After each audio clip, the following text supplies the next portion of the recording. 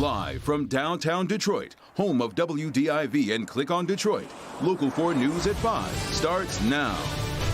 Light stuff this afternoon, but we've got more rain and thunderstorms headed in this direction. In fact, the South Zone is going to see those very shortly. We'll time them out coming up. Flint, the battle over the water settlement money now getting underway. We'll tell you just how far apart both sides are and what this could mean for the people that really need it. And restoring the roar at Ford Field, one of Detroit's best fall traditions, is coming back. But we're going to begin with a massive tanker fire shooting flames into the air on I-75 in Troy.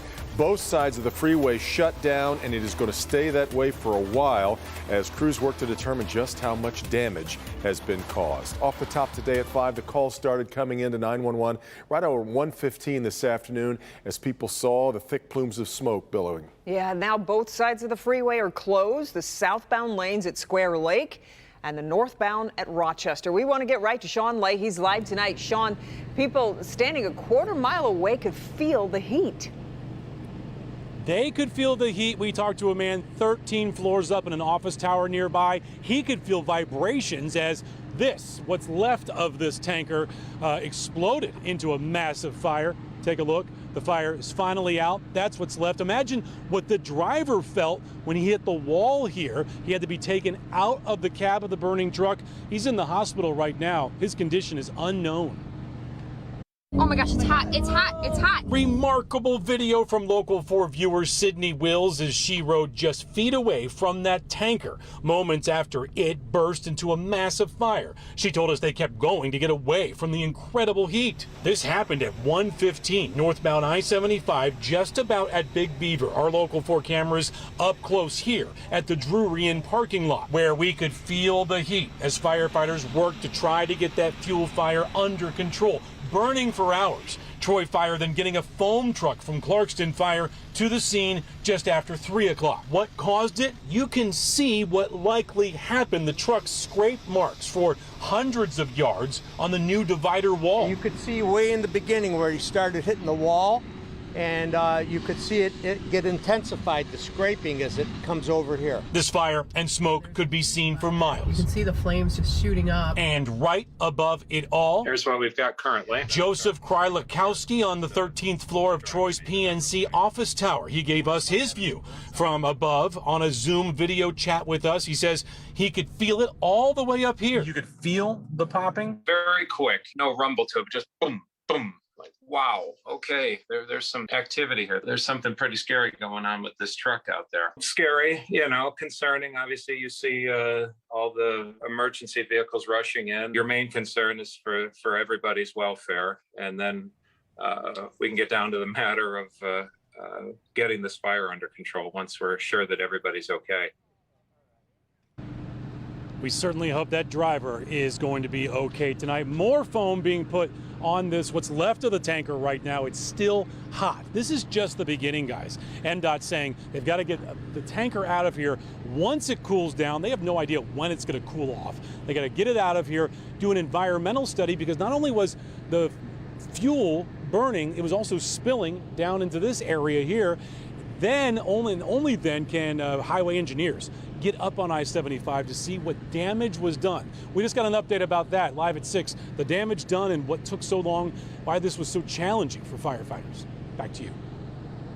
Sean, thank you. And that closure of I-75 is making a real mess of the evening commute. So let's bring in Kim DeGiulio for a look at how to get around it. Kim? Yes, as if I-75 isn't hard enough to get around with that Revive I-75 construction, now add this to the mix. So as Sean mentioned, northbound I-75 closed at Rochester Road, southbound closed at Square Lake. So if you are traveling on the northbound side, you can exit at I-696, use a mile road, and then to get northbound, you can take Rochester Road, Woodward, Crooks, or anything in that area. If you are traveling southbound, you can exit at M59, take Adams to take you southbound. We'll continue to keep you updated on this, but you're going to want to keep these detours in mind for the next couple of days, as Sean says that this closure could be there for a few days now. Guys?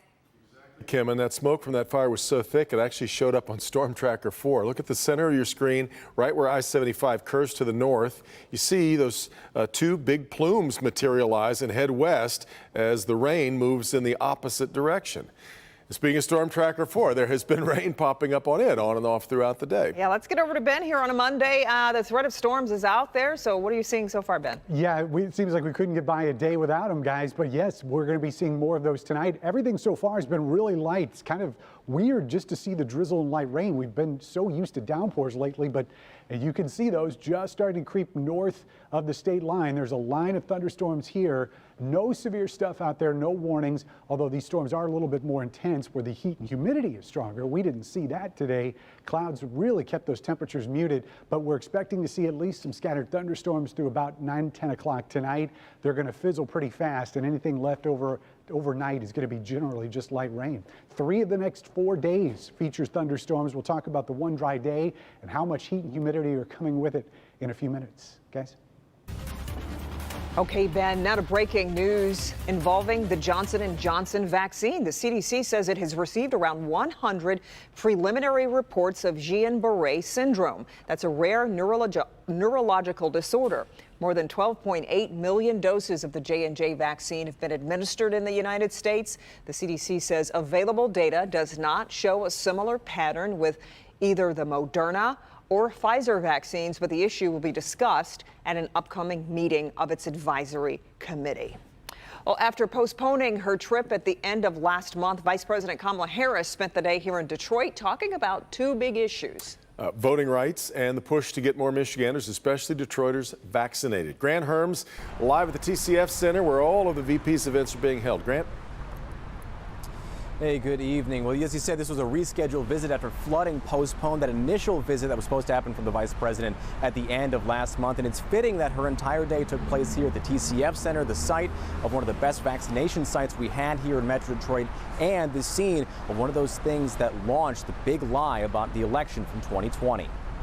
A whirlwind visit for Vice President Kamala Harris, meeting with elected leaders and advocates first on voting rights from inside the same building that helped launch the big lie about the election and spurred efforts nationwide to curtail voting rights. Again, it's so important that we meet with folks on the ground. You are the leaders on the ground who are making these rights real every day.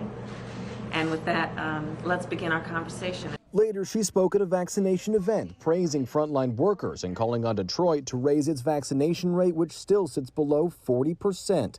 Harris promoting the new effort from the White House to go door to door with vaccine information. We got to get the facts out, because sadly, there's a lot of misinformation. So let's know what it is, and let's talk to our neighbors and our friends and say, here, let me tell you about the facts. Okay, the facts, 1. And 2, bringing the vaccine directly to the people. That program becoming the subject of criticism from Republicans before Harris's arrival. If you're not aware of vaccines at this point, you really are living under a rock. I'm not sure what more the federal government can or frankly even should do. Harris, forced to postpone her visit in late June because of flooding, did not tour flood-damaged neighborhoods or talk infrastructure, despite a major infrastructure bill that's still stalled in Congress. And this visit is also a little political here. In about 15-20 minutes or so, the vice president will be attending a fundraiser for the governor and her re-election. Back to you. And Grant, you mentioned politics. It's interesting. Michigan has now seen quite a few visits from the White House, haven't we? 4 total, so 3 from the president, including that one where he went to Traverse City 2 weekends ago, and now this one from the vice president. And it really signals that they are going to take Michigan very seriously in the midterms in 2022, especially since we're losing a congressional seat and the White House wants to hold on to the House of U.S. Representatives, and they are very serious about keeping Governor Whitmer in office next year. Yeah. Back to you. You got it. All right, Grant. President Biden voices American support for thousands of Cubans protesting the collapse of their economy, food shortages, and the government's handling of the pandemic. These anti-government protests are the largest in decades. Many Cubans say they are no longer afraid of the oppressive government. They marched in cities, including the capital, Havana, shouting freedom and down with the dictatorship. President Biden says the U.S. stands firmly with the protesters. Folks, I want to start by recognizing the remarkable protests that are taking place in Cuba. With the Cuban people demanding their freedom from an authoritarian regime. And I don't think we've seen anything like this protest in a long, long time, if quite frankly ever. The United States stands firmly with the people of Cuba. These protests are significant as government critics often risk jail for dissent in the island. Well, how's this for a slice of normal? When the Detroit Lions take the field for their home opener against the San Francisco 49ers, they are going to be able to do it in front of a capacity crowd. That comes after last year when fans weren't allowed inside Ford Field. Victor Williams is there live right now. Victor, so any restrictions now at all inside the stadium? No restrictions at this point in time. Now, they are asking those who are not vaccinated to wear a mask, but nothing really other than that. Lions fans everywhere should be rejoicing that Ford Field will soon be back at full capacity for the 2021 season. Beautiful thing. It should be. Football is what it's supposed to be. People coming together, rooting for the best team wins. That means no more virtual onlookers in the crowd, but actual fans live and in the flesh in a stadium that holds up to 65,000. I'm happy that we're coming back to full capacity, but it was definitely a loss, not having sports here in Detroit. It's a big part of our gatherings, a big part of things we talk about. Fans will not be required to show proof of their COVID-19 vaccine, nor will a mask be required to enter the building. Those who have yet to receive the shot, however, are encouraged to mask up as much as possible. You have a personal responsibility. Everybody, if you're vaccinated, cool. If you're not vaccinated, just be respectful to the next person. Wear your mask. I know it's going to be hard because it's football season and everything, but just do what's right. You should be considerate of others, especially when you have older people, people who have other health conditions. So just be respectful and responsible for people. And one thing to keep in mind is that Ford Field, they do have the right to stop any fans from coming to future games if those COVID numbers do get out of hand again. But let's keep our fingers crossed that that won't happen. In Ford Field, Victor Williams, Local 4. Back. Nice. All right, Victor. A gem of the Grosse Pointe community lost to the flooding. What caused the Grosse Pointe War Memorial's Patriot Theater to fill up like a swimming pool, and why rebuilding it is really up in the air right now. Also, as athletes arrive in Tokyo, we're getting an inside look at what the athletes are having to deal with. Training under these extreme restrictions, why one says staying focused is a long way from easy right now. Hank. Flint, first the big water crisis, now the big battle over cash. Just how much could the victims in Flint get now? I'm Hank Winchester. Help me, Hank. I'll take you inside the court battle coming up.